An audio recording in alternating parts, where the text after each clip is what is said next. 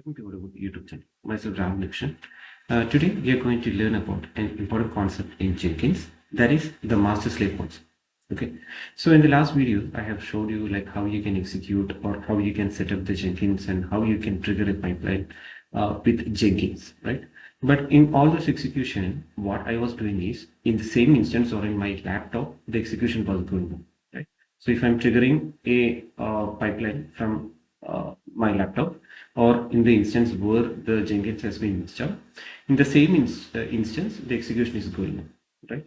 But there is a concept of distributed workload. There is nothing but like it's not suggestible to use the same Jenkins instance to execute the pipeline scripts. Okay, so it has to be executed in different instances.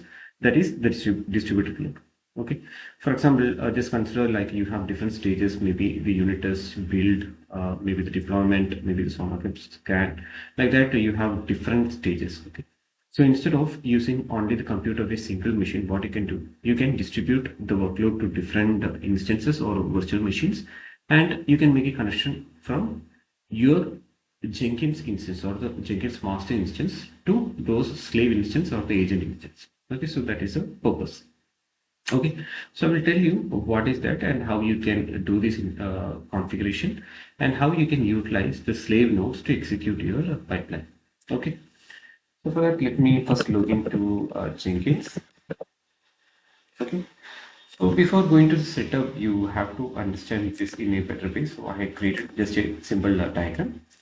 Okay, so just consider this is the master slave architecture. Okay, or you can call it like a controller agent architecture. So this will be the controller and this will be the agent. Okay, so master node is nothing but like where your Jenkins has been installed and where you are going to trigger your jobs, right? And slave node is nothing but this can be a different instance. Okay, it can be Windows, it can be Linux, it can be Solaris, whatever it is, Red Hat, or whatever it is. Okay, so it can be residing in a different location, maybe in a cloud or it can be in a on-prem. Okay, so it depends. Okay, and the voice also can be different. Okay, so the purpose is very simple. Like once you're triggering a job, that particular job should execute in different instances. Okay, instead of executing in the same master node, the workload should be distributed to different agents and the execution should happen. Okay, so here itself you can see in the master node, this is a virtual machine. In this only, I have installed the Jenkins, and from Jenkins, I'm going to trigger different jobs. Okay, job 1, job 2, job 3. Okay, so what will happen? Based on the configuration. So for example, just consider for job 1, I have configured like it should use this particular slave node. Okay, so how you can do that? For that, there is a concept of labels in Jenkins. So you can use the labels and tell Jenkins to use that particular node or a particular slave for the execution. Okay, so from the build job 1, I can either utilize slave node 1 or I can utilize the slave node 2. Okay, based on the label that I have provided here. Okay, and for the communication between master node and slave node, it is using TCP per IP protocol. Okay, and one important thing is like as you all know, like Jenkins is based on Java based, right? So you have to install JVM in both master node as well as in slave node. Okay, so if you are not installing this JVM, it will throw the error. It cannot identify the agents and cannot do the execution. Okay, so JVM is very important. Okay, so this is the basic about master and the slave. And the important thing what you have to keep in mind is this is mainly for the parallel execution or for the distributed workload.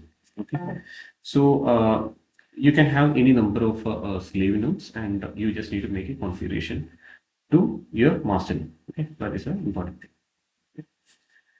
Now let's go here. I will tell you like how you can do the setup of the slave. So for that, what you have to do, just go to dashboard, just go to manage Jenkins.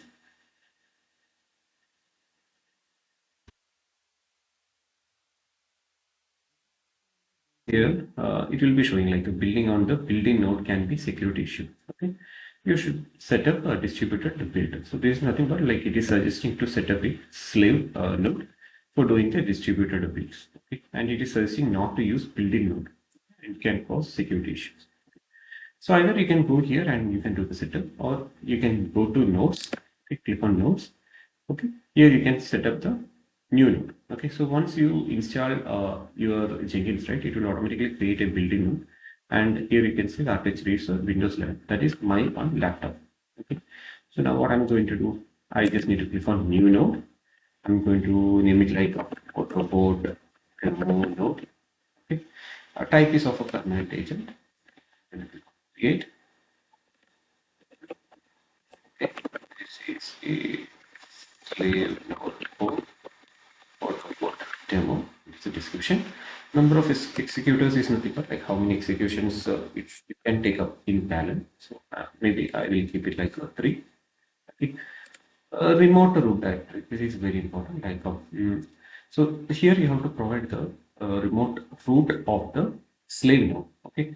So for this demo, I have created a virtual machine in Azure. Okay. So if you don't know like how to create a virtual machine, or if you don't have any new virtual machine, what you can do, you can either sign in to Azure and go to virtual machine. Okay. So if you're new to this cloud, you just need to go here, create. Okay. Just click on Azure virtual machine.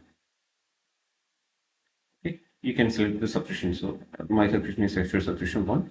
If you don't have a resource group, just click on this create new and create a new resource group. As I already have a resource group, I'm just selecting that.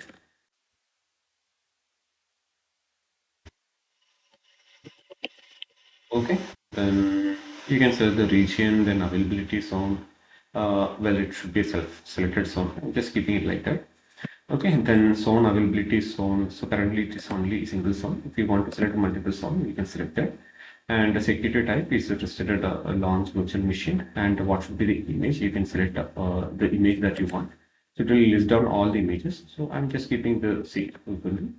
And what should be the VM architecture? You can select that. Okay. Then if you want to select for sport discounts, you can choose this one as well. Okay. So it means like whenever if there is a requirement at that time only, it will start the virtual machine. Okay, and for this free subscription, it's always suggested to use a B1S devices. So it will be free service. So here itself we can see free services eligible, right? So I just selected that. Okay, then you have to create a SSH key pair, right? So just select SSH public key, and what's the username? Azure user is my username. Then select generate new key pair. Okay, and select RSA format and give the key pair name.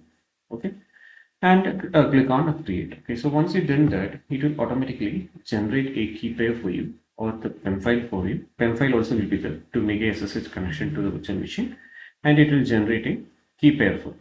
Okay, so this key pair is required to make a connection from your Jenkins to the virtual machine. Okay, for the authentication. Okay, so now I'm not going to create this. I just mentioned this just to give you some idea like how you can set up the virtual machine. Okay, so as I already have the virtual machine, I'm going to utilize that. Okay, I already created one machine AutoBot demo. Okay, so how you can make a connection? So that you can just click on connect. Just click on native SSH, click on select.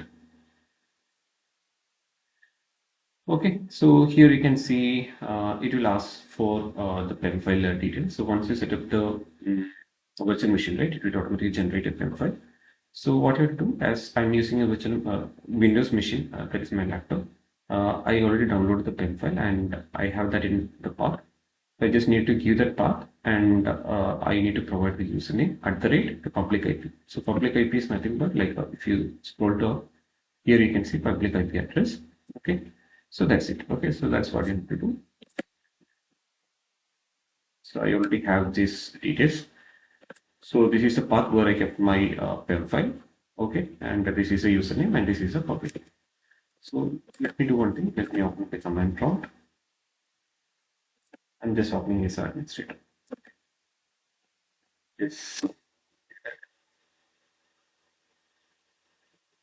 Okay, so now you can see I load into the virtual machine. Okay, Azure user AutoBot demo. Okay, yes. Typing PWT. Okay, so here you can see I got the root folder. I'm just copying this. Just put it here in the remote root directory. Okay, so label is nothing but like I mentioned, like from your master node, you need to select which instance you need to do the execution, right? Or to which slave you need to execute. So here for this demo, maybe I can keep it like a slave slave one. Okay, maybe I'm keeping it like a slave one. Okay, so during the execution, you have to give this the slave one. Okay, then only it will select that particular slave for the execution. The usage is use this node as much as possible and load method, load agent by hunting P2 controller. So instead of that, just select a load agent via SSH. Okay. Then you have to provide the host name. So host name is nothing but the public IP. So I'm just selecting the public IP from here, or you can go to the VM and select the public IP from. So anything is fine. Let's select that. Then credentials you have to create. If there are no credentials, whatever, just click on add, click on Jenkins. Okay. Here just select SSH username with the private key. Okay. Here you need to provide a key. Here you can give any keys. Okay. So just keeping it like AutoBot about description. This is a slave and username. Username is Azure user, and I need to enter the private key. So just select this, click on add. So from where we can get the private key. For that, you need to go to the virtual machine. Okay. Here I can see .ssh folder, right? Let me go to .ssh. Yes.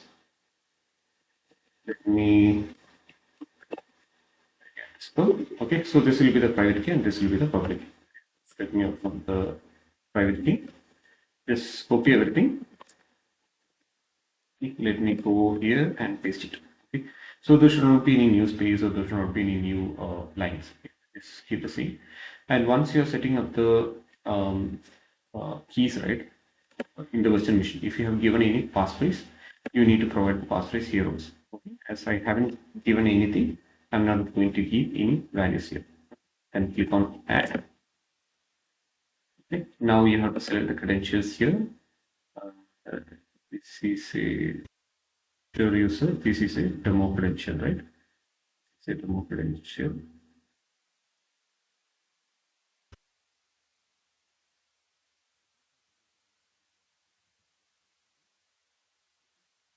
Non-host, just keeping it like a non-verifying verification strategy. Okay, availability, keep this agent online as much as possible. Okay, now click on save. Okay, now you can see the node has been created, and if you go here and if you go to logs, here you can see it is trying to start the agent. Okay.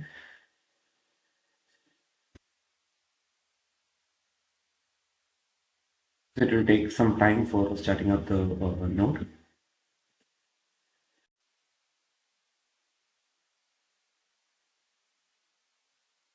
You can see agent is successfully connected and online. Okay, so we can use this slave for making the execution. So let me go back. Okay, so this device is a very low memory device. That's why it is showing like a COP and all. Leave it. Let me go to dashboard. Okay, let me try to create a new item, free shell project. Maybe I'm going to name it like master slave. Okay, free shell project. Click on OK.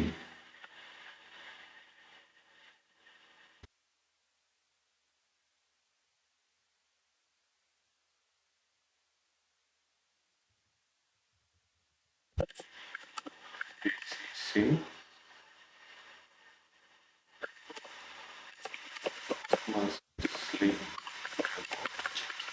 Okay, that's it. And here you have to select something like a restrict where this project can be run. Okay, so if you're not selecting this, it will automatically select the building node. But I need to run it in a slave machine. Right? So just select this. You need to provide the label expression. So what was the label that we created while doing the configuration? That is slave one. Let me give that a label expression slave one. Okay, so that's it. Now scroll down. If you have to do any source code management and all, you can select that. But for this demo, I'm not going to do that. Mm,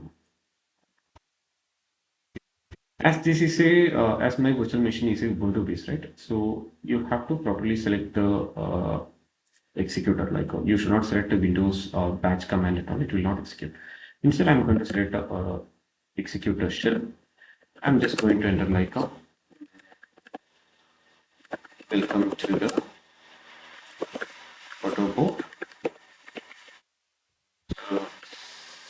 slave. Okay,